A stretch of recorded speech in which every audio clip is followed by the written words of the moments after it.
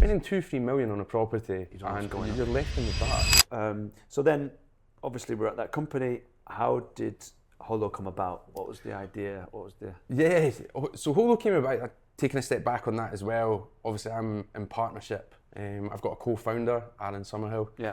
Well known in the market. He's fantastic at what he does. Yeah. He was, when I first came, I think I might have come a little bit before you. He was the guy. Exactly. There was a couple of guys in, and I always found it strange. Guy who was so far ahead. Yeah. But yeah, I think it comes down to like relationship. It's funny, mortgages in that company always was almost on a balance with the actual proper sales team, which you not generally see in most companies. But yeah, hard workers, and timing was always very good. I think when Adam was here, there was 10% down payments for mortgages. Yeah. You would have queues of people at the door coming to get their 10% mortgages. So, but we got to know each other, worked at the same company different times. Got to know each other through our friendship network, like Carlos and everybody. Became close friends. We worked at different companies post that. Set up, subsequently I set up another brokerage, and he had his brokerage. And just throughout time, we just built up frustration of always being customer centric. Why are our customers not getting the best possible services? We always like to use an analogy, I used it recently, that you order a pizza online and you check your app every 5 minutes to see where the driver is. Right, it's close to the door, right, I'll go to the door and I'll collect it. You're spending 2-3 million on a property and you're left in the dark. Yeah. I've paid my valuation fee, what now? I'm waiting on my FOL, what now? So what we wanted to do was really create that transparency. So when you make an application on our platform, it's all live mortgage products. We'll instantly verify your eligibility for each mortgage product. So you're not having to go to 10 different banks. You're instantly knowing what you can afford based on your income and the banks you're eligible for. Either you can choose that bank and you can go a full digital journey, you upload your documents, our AI will extract all the details, create application forms, and then send that directly off to the bank. Or we've got a team that will help support you. We don't believe it could be right now a fully digital experience. Today, yeah. As it stands right now. A lot of people just want to have that, even if it's just like helping them feel like they're making the right decision. Just the white glove service. Yeah. There is still a bit of a stigma in the Dubai market about how the process is, and and it's a lot of money for people. Yeah, exactly. Especially the way prices are going. Yeah. We talk about house prices. Average house price in the Springs 5 years ago, 2.5 million, for example. You're now looking 6-7 million.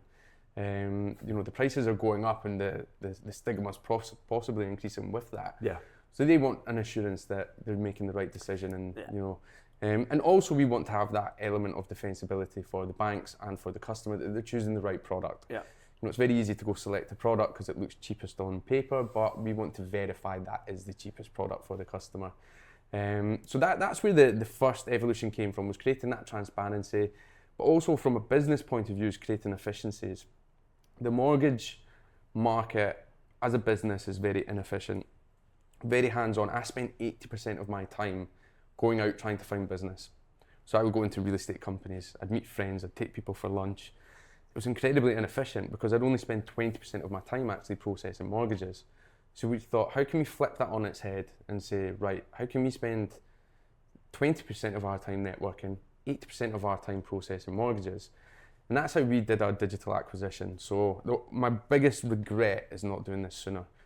The day we turned on our digital acquisition strategy, and Google ad spends, Meta spend, everything like that, the amount of leads we saw coming through, we were like, why have we not done this sooner? And I remember to this day, and I again still speak to this client as well, an accountant, was one of our first customers. And it was me and Aaron that was closing the business at that point. We had an office in Business Bay, it had 4 desks in it. So we were calling the customers, helping them through the journey. I remember on the first day closing this client, I thought, that would have taken me weeks previously to find a client, to sell a mortgage product, find the right mortgage product. But and that's where the product market fit started to take shape. We knew there needed to be evolutions. We knew we needed to create efficiencies. But yeah, fast forward to today, obviously we've still got a long journey to go, and the market's evolving. Land departments creating integrations that can help us. But yeah, purely born out of frustration. And also a lot of mis-selling took place in the market. We see that all the time. Yeah. And it's maybe not through purpose. I think it might be through naivety. You know, we've built this business as founders that understand the mortgage and property market. And not just mortgages, we've worked in real estate companies doing mortgages, so we've been really involved in the transactions. Yeah. We know what a good Form F looks like. We know what forms are involved. We know each stage of the transaction, so really heavily involved in every step.